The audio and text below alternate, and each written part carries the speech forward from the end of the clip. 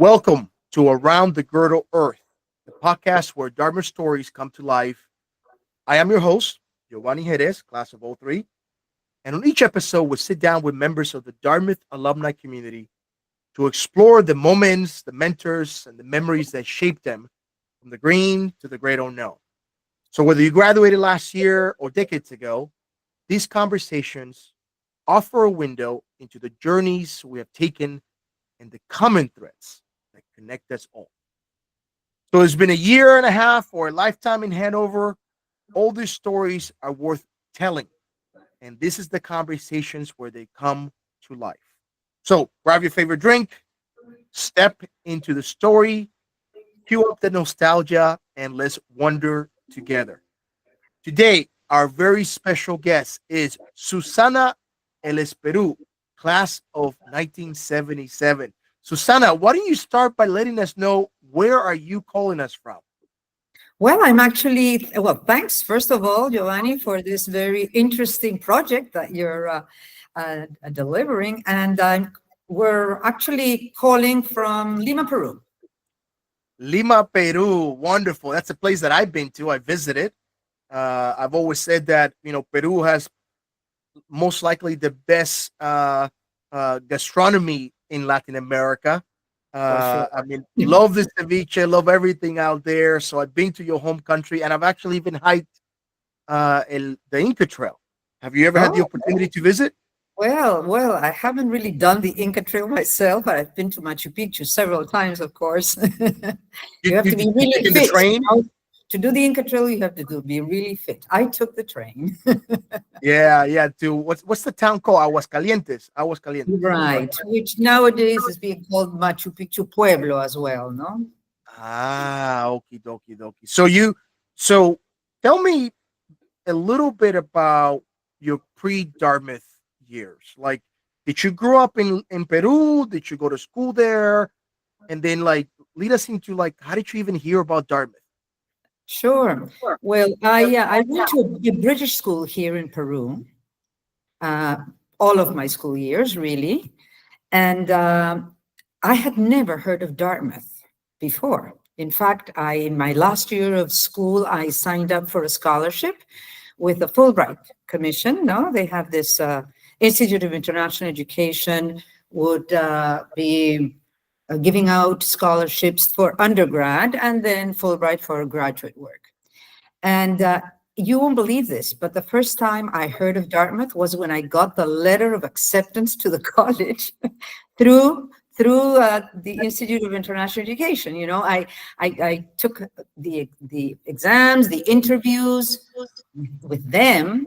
And they, depending on your interests, they would pick what schools they would send your application to. And so they decided that, Dartmouth was in line with my interests. And that's how it came about that I got this letter of acceptance. And I said, oh, my God, Dartmouth, well, where is this? I knew where New Hampshire was. I'd studied geography very, very well. But of course, there was no Google Maps, so I couldn't find Hanover in any map. Wow, that is so bold. That is so incredibly bold. Tell me a little bit about your life, before Dartmouth. So you lived in Lima. You go into a British school. Were you into sports? Were you what did that life look like in your family? Well, I was always a very top student. I was like the number one in my promotion throughout my school years. So I guess that was, and I was also elected head girl of the school in my last year. So,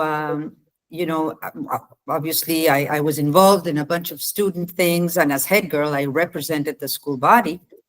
It was, I was looking for opportunities to study abroad, whether it be United States, and the school, naturally, since we were a British school, there was London was an option as well. No, but it just so happened that life took me to this place where I was eligible for a scholarship, which was made it really feasible that I go to a place like Dartmouth. And as soon as I started exploring, I learned about this, part of the Ivy Leagues, etc. Of course, back then here we knew much about Harvard and Yale and other universities, but Dartmouth was, I guess, quite unknown. Now things have changed dramatically. I was the only daughter, and there was a struggle in the family. I was a 17-year-old woman. I really didn't know about this. I was a member of the second class that went into coeducation in the history of the college, right? Because that 1972 was the first year where they accepted women. But all of this was unknown to me. See, I only discovered this when I got there. So there was a struggle in the family. I come from a very big family in the sense that we have cousins and relatives. My mother was one of 9 children and my father one of 6. So I had all kinds of cousins on there. The family was divided whether they should let me go or whether they should not let me go to the States. Being a young 17-year-old young Latin woman, what was the States going to do to me? So anyway, after this debate, my father was very much into, I remember him telling me, that was, almost 50 years ago, if not more, actually, yes. You never know what life will bring to you. Take this opportunity, and who knows how many doors will open. This is the chance of a lifetime. Don't miss it, no? So I was already enrolled in university in Peru since we graduated in December. The next semester started in March. So I was already attending university in Lima when I was called by the institute and picked up the letter and read about my acceptance. So it was also a situation where I had to decide, well, I'm already here, I'm doing well, but this unknown opportunity it appears, and what should I do with it? No, there was a boyfriend in the scenario as well, so that was another part of the equation. Wow. So your first time on campus was when you I'm going, and you landed Yes. in Hanover, New Hampshire. And it was my first time in the USA. I had traveled in South America, but I had never been in the United States. So my first landing in the country was in New York City. And then I was, then of course I took this little tiny flight into White River Junction. And it was quite an experience, of course. And that's how I landed on campus. What were your impressions? What were your impressions of Hanover and then the college campus itself? Well, Lima today is a city of 11 million people. Back then, there were many million people. I can't remember how many million people lived in Lima, but it was a very big city. This is the capital city. And of course, when I landed in Hanover, it was like I felt in the middle of the woods. I felt in real contact with nature. Let me tell you, it was a feeling of being in a very, it was like a magical world. I mean, it was so pretty, right? And this was the fall term. So, the leaves were turning yellow and orange and everything. But it was the first time that I was going to be living away from home in a dorm with roommates that I was going to meet. I never met them before, and everything was going to be new. So it was, I was obviously curious and ready to take on the challenge. It was a challenge. And what would you say? Because I mean, it's interesting. I think you have two very unique perspectives. One, coming in as a woman, right, when the college has just made this radical change a year prior to you enrolling, and then coming in as a Latina, right? There's not a lot of Latinos on campus to begin with. So Yes, I'm curious if you could offer both both perspectives. Sure. Well, quite frankly, I thought that I was the only Latino on campus, coming from Latino land, really. I did meet a couple of people from Cuba, Puerto Rico, but they were living in the States already. Their families, there was a friend from Bolivia, but is living in the States already. There was somebody whose parents were from Argentina, but again, he grew up in Washington, D.C. So for me, it was difficult to find people that were coming straight from Latin America. I mean, I couldn't find them. So I remember that I found one professor in the Romance Languages department. She was from Peru. And so I quickly looked her up, to say, hi, I'm from Peru. Let's have a chance to talk occasionally. I never took a course from her, but I would stop by and say hi. So really, the international community was very, very small at the time. We're talking about my year of entry was 1973. And I remember going to the House of International Students, or the International Student Association, I guess was the name, that had a house on campus, and running into all different nationalities, but certainly nobody from Latin America. And I really looked forward to being able to speak my language, so I would look for my Argentinian friend and so on to, occasionally be able to say words in Spanish. My second challenge really was that I didn't know any American slang at all. The language of the students is not the literature, the English literature language.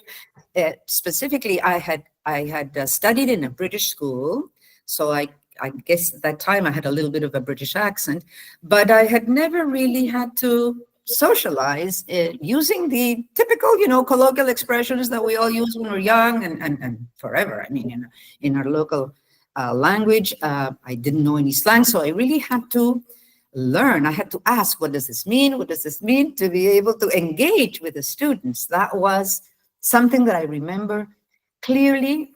To me, it was more of a challenge than dealing with co-education business. This co-education to me was like, so what's the big deal? Like I said, I wasn't sensitive to that when I arrived. I only became sensitive to this reality because it was a natural theme on campus all the time. And evidently, what the ratio men to women was like, 11 guys to 1 girl. And the first couple of years, and then when we had more girls, it was like 8 to 1 or whatever it was. But it was a very big ratio.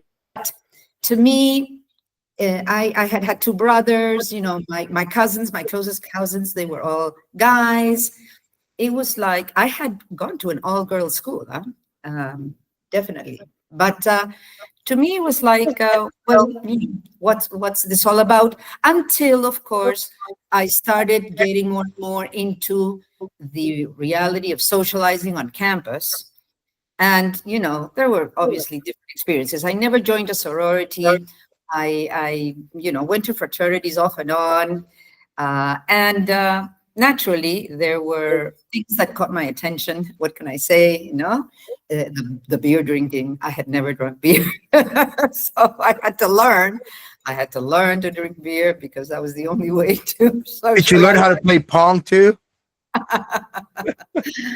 So it was, there were other challenges that really caught my attention. If you remember, that year, that fall, at the end of that term, was the big oil embargo, the oil embargo crisis at the end of December 1973. So the OPEC countries, they changed their the production of oil for the world, and U.S. was an importer. The only thing I remember is the price of gallon just soared. It was like from 44 cents to the gallon to like $1. It was a huge increase, and there were many measures that were taken on campus to manage this energy crisis, right? So I remember they dropped the temperature in the classrooms from, like, say 70 to 65 degrees Fahrenheit or something to that effect, and in the rooms from like 60 to 55 or something to that effect. I remember them dropping the temperatures in the classrooms and in the dorms, and I was freezing. I was not used to the temperatures that I had to experience. So I had to learn to dress, what you put on and what you take off when you start getting a little warm, and what happens at night when the temperatures drop so much. I had never seen snow before, so that was another big challenge. All of a sudden, winter term, and here is this having to cross campus to go to the math class, Thayer Hall, and having to, walk on the snow and all these, wear the shoes that I had to buy because otherwise I wouldn't have made it, and the coat and all the jackets and everything else, the mittens, et cetera, et cetera. So all of those things were really more challenging to face and to get accustomed to than dealing with coeducation. But again, of course, I had to become sensitive to this because, in fact, it was conditioning in a way how the rest of the women were feeling about Dartmouth and the rest of the men. And some men were, I would say, very encouraging. And, I met a lot of friends and stuff. But some were very annoyed about the presence of women, particularly, I think, the junior and senior years, because they had decided to go to Dartmouth when Dartmouth was not co-ed. I mean, they had picked, and that maybe was an important reason for them to choose, whatever. But then this decision is made, and all of a sudden, life on campus changes. And I guess some of these older students were not too happy with that. So there would be a lot of statements in the Dartmouth D, college newspaper, and in general, these were things that were spoken about all the time. But I had so many other things to deal with. Yeah. It was not in my priority list. Yeah. What was your major, and what did you do when you were on campus? Yes, I actually decided to pursue two different majors. This was not a dual major. It was actually two different careers. One was geology, and the other one was French literature. I was and why did I come up with these choices? When I just arrived, I was very interested in like chemistry, chemical engineering, But then I took this course in marine geology that I was fascinated with. And as I took more courses in geology, I realized that my country is an example of geological opportunities, just because, in Peru, you have everything. You have earthquakes, you have volcanoes, you have minerals. Mining is the #1 contributor to our economy. And we like one of the top 5 world producers of ore, of gold and silver and copper and all kinds of things. So, and then we had the Nazca Plate, so the tectonic movement. I mean, it was like heaven to see in the textbooks a reference to a lot of formations and a lot of geological activity related to my country. And so I said, well, great, this is paving the way for opportunities for work in the future. I forgot that I was a woman in that sense, because geology and women at the time, it wasn't like too easy. And then French, because I love languages. I also took German at Dartmouth, and I was not a professor, but a TA, teacher's assistant in Spanish. And I also worked in the language lab in Spanish. So I had to deal with all these languages while at Dartmouth, and I'm really fascinated by that. Your comment is so interesting. I empathize with them because, one, I started down the chemical engineering path as well, but then I had a class, sociology 101, that I found fascinating. And that's when I decided to pivot altogether from engineering track to like social sciences track, right? Both of my parents quite a change. yeah. Both of my parents were engineers, so they were really wondering like what's going questioning on. my decision, right?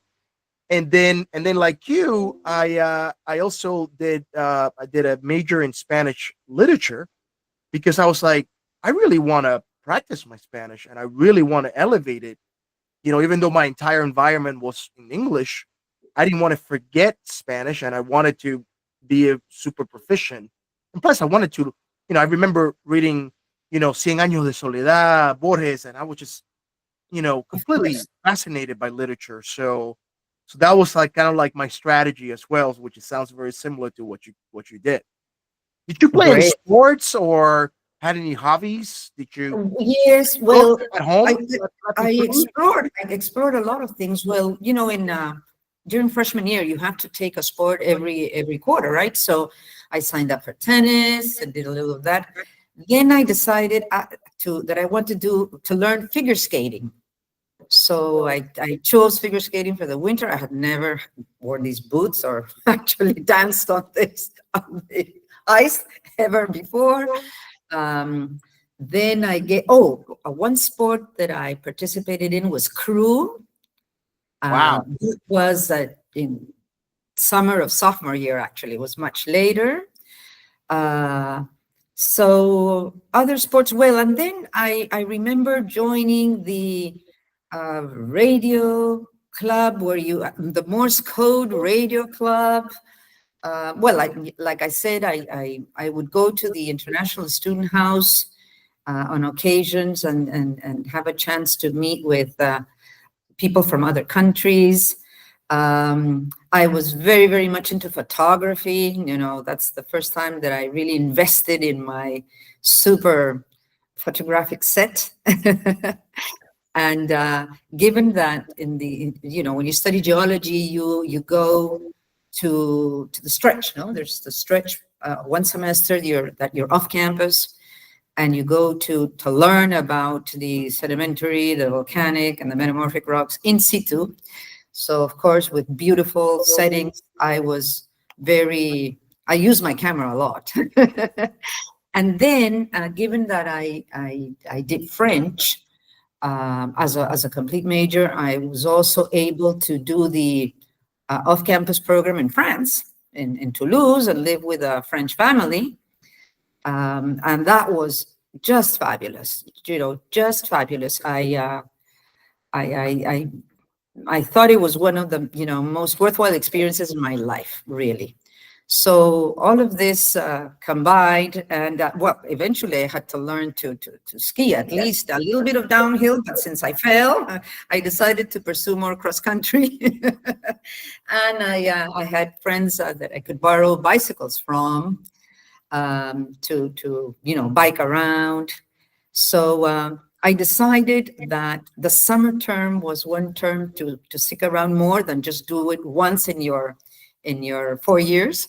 So I was actually there for like 2 or 3 summers and was able to enjoy. I guess I did summer in my sophomore, summer in my spring, 2 summers. And then, of course, graduated in June. So, all of this all of these opportunities, all this combination of activities, and then, of course, meeting friends. I mean, in every class and changing roommates. Eventually, when I was a junior, I guess I got to live on my own. But before then, I was sharing with roommates, in the dorm, and just really learning to grow in this new society for me. The teachers, the actual students, and just learning my way around campus. Talking to my dean about whether I should really be able to complete 2 majors as opposed to doing something different. Having all these doubts and thinking, well, how am I going to resolve this? I need to talk with people that can take me through, orient me towards what is best in that sense. No, I remember, I caught hepatitis during my my Dartmouth years. I had come to Peru for a Christmas vacation. And, Christmas in Peru is summertime. So I went to the beach. I was very tanned. When I went back on campus, I was not feeling well at all. I remember basically registering. And then the next day I was like, no, I have to go to the hospital.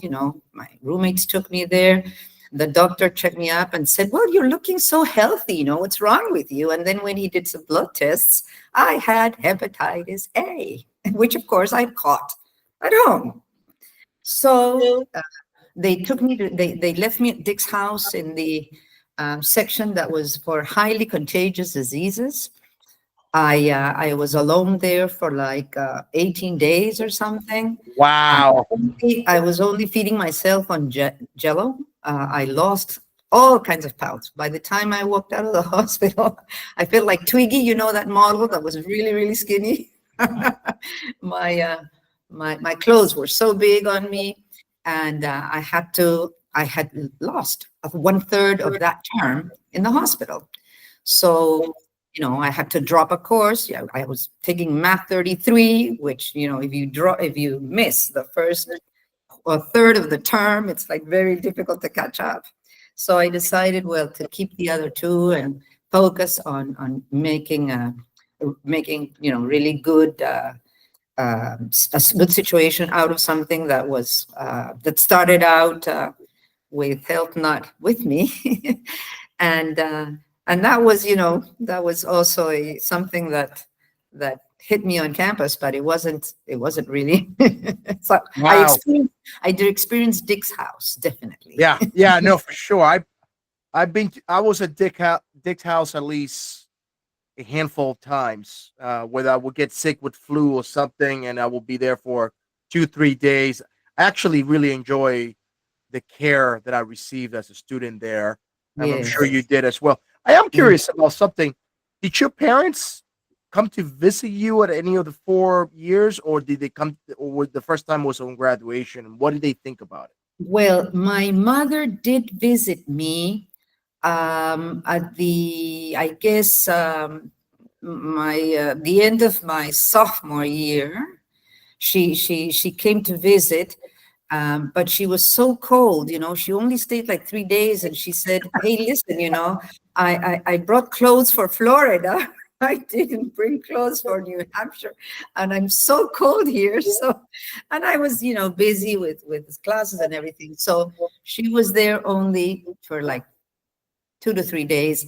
And then, of course, both of them came for my graduation. That was very, very nice. My father was able to come, and that was something very, very special. So now, I've looked at your LinkedIn profile. I'll share your LinkedIn profile for the audience here as well. You've done a lot post Dartmouth. Can you just give us a overall resume? Like what was that transition from Dartmouth? It seems like you went back to Peru. Like, just give us a little bit of overall macro view of your post Dartmouth. Sure. Well, right after graduation, in fact, I was hired by an American company to work in Spain as a field geologist. So that was my first year. But I decided that I really wanted, a field geologist in Spain as a woman represented there were many, many obstacles. I was the only woman surrounded by all these geologists, and we were living, of course, where the ores were, where you had to find the minerals, which are never near a city. I decided I needed to come back home and explore other opportunities. And that's when I landed on this job through a newspaper ad that was actually anonymous.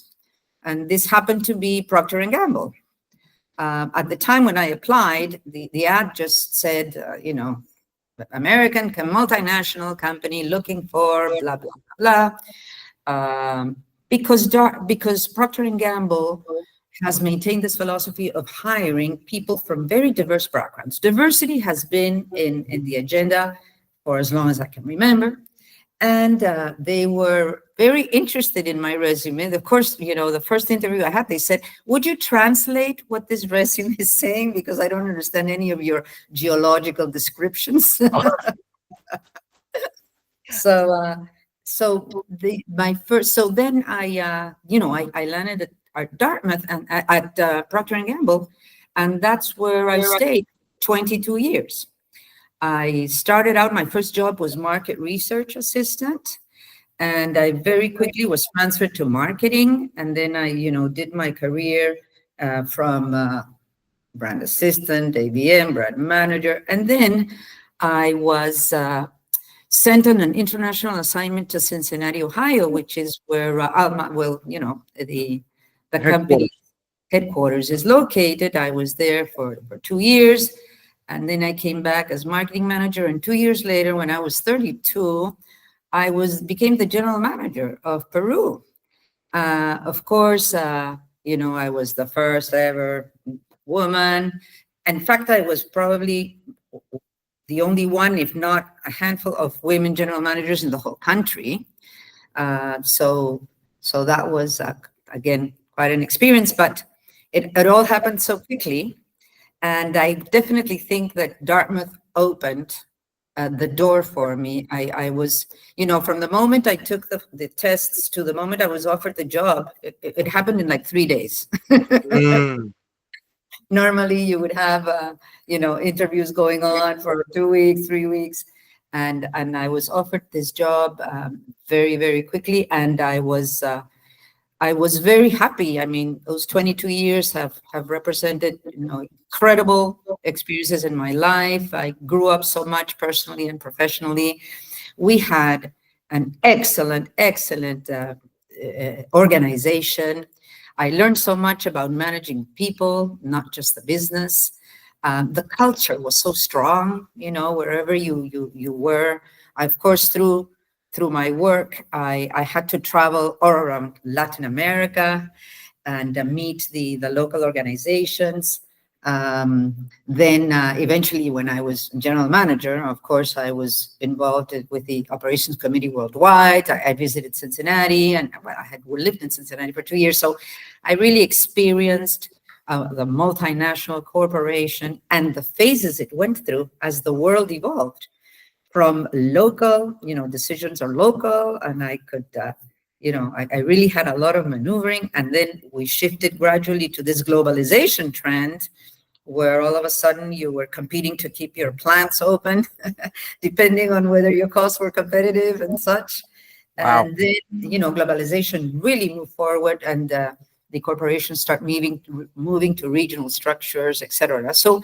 So I really lived through all this, and the incorporation of technology, where we were, pilot test for the world to move into SAP 3.0 back then, which was really something to incorporate these platforms, these technological platforms from scratch and be the pilot test for the world. Wow. Having to do it well. So we had resources from all countries in the world, coming, like 100 people coming over and living in Peru for a while.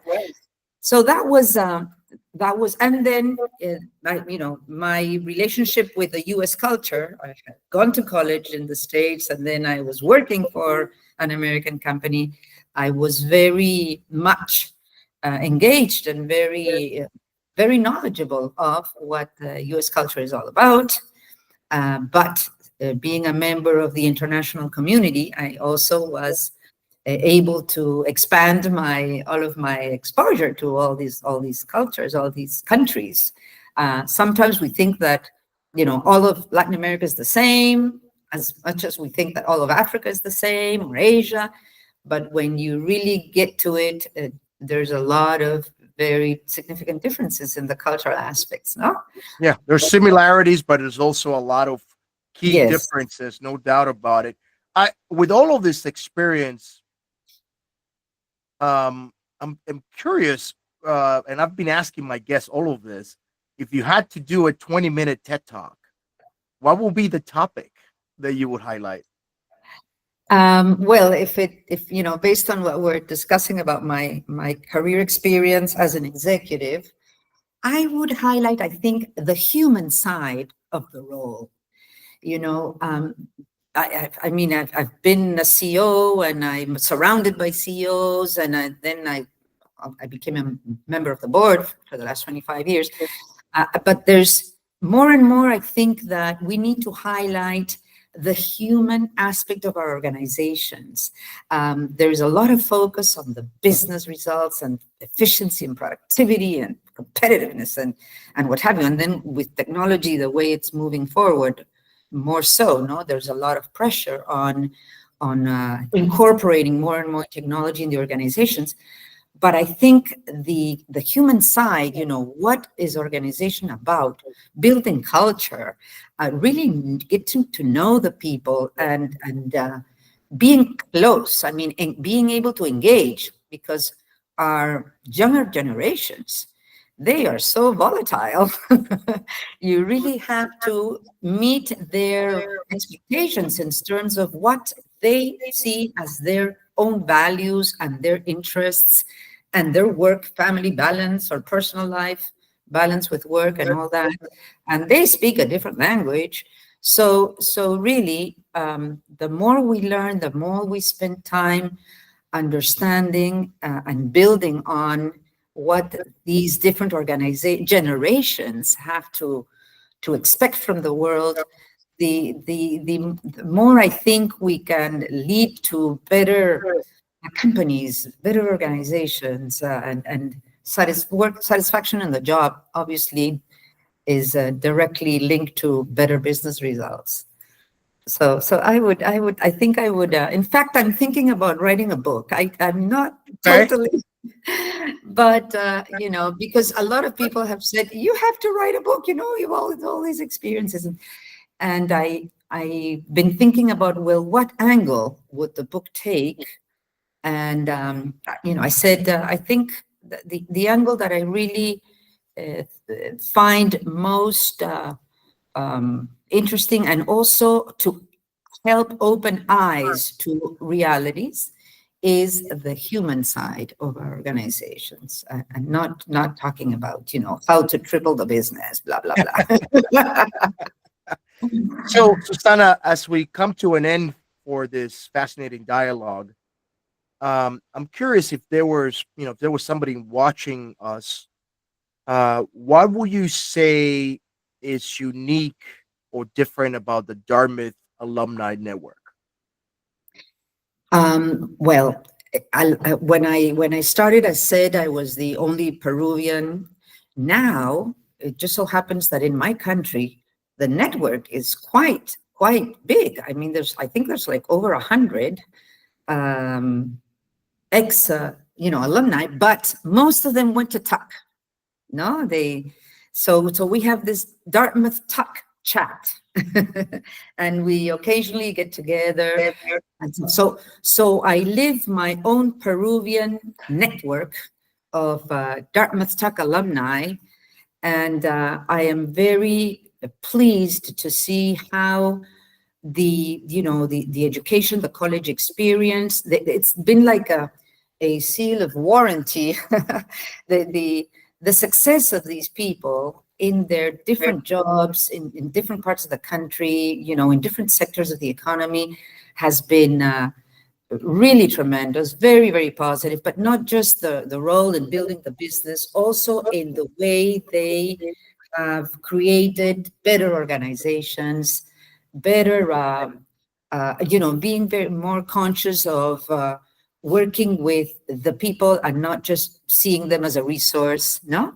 I spent the last 25 years as a member of the board of directors for, like, I don't know, 45 different companies and like 35 different sectors. And again, when I run into in the organizations, people that are associated with Dartmouth, I can see the impact that this college experience, which is not just an educational experience, it goes hand in hand with building character, with you know, building you as a person, more culturally aware, you know, and definitely therefore being more prepared to handle diversity in a very positive way, and then be able to engage very much with what we expect from our role in the community. No, I'm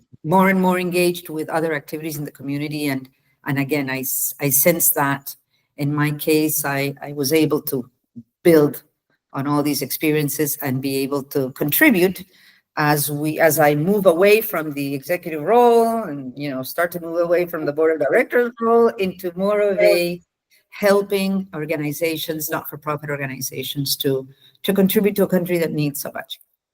Yeah, it truly sounds, there's a common theme here with all the different conversations that I have with our alumni. It's like, there's the academic side, the academic rigor of Dartmouth, but then everybody always talks about the overarching education, right? Academic being one of them, but then there's this entire, and it sounds like you really made the most out of your 4 years at Dartmouth, and you've added a wonderful perspective into this dialogue. So thank you so much for joining us today, Susana, class of 1977. Thank you for all of you for joining us in this amazing episode of Around the Girdled Earth. If today's conversation sparked a memory or gave you something to think about, leave us a thoughtful reflection in the comment section. And please share this episode with a classmate or with a fellow alum. And, it's a very easy way to keep up the Dartmouth spirit alive in this digital age. So until next time, stay curious, stay green, and keep roaming this beautiful girdle earth we call home. Thank you, Susana. Thank you, Yovany. I really enjoyed talking to you, and the best in your project. Bye-bye, Dartmouth community.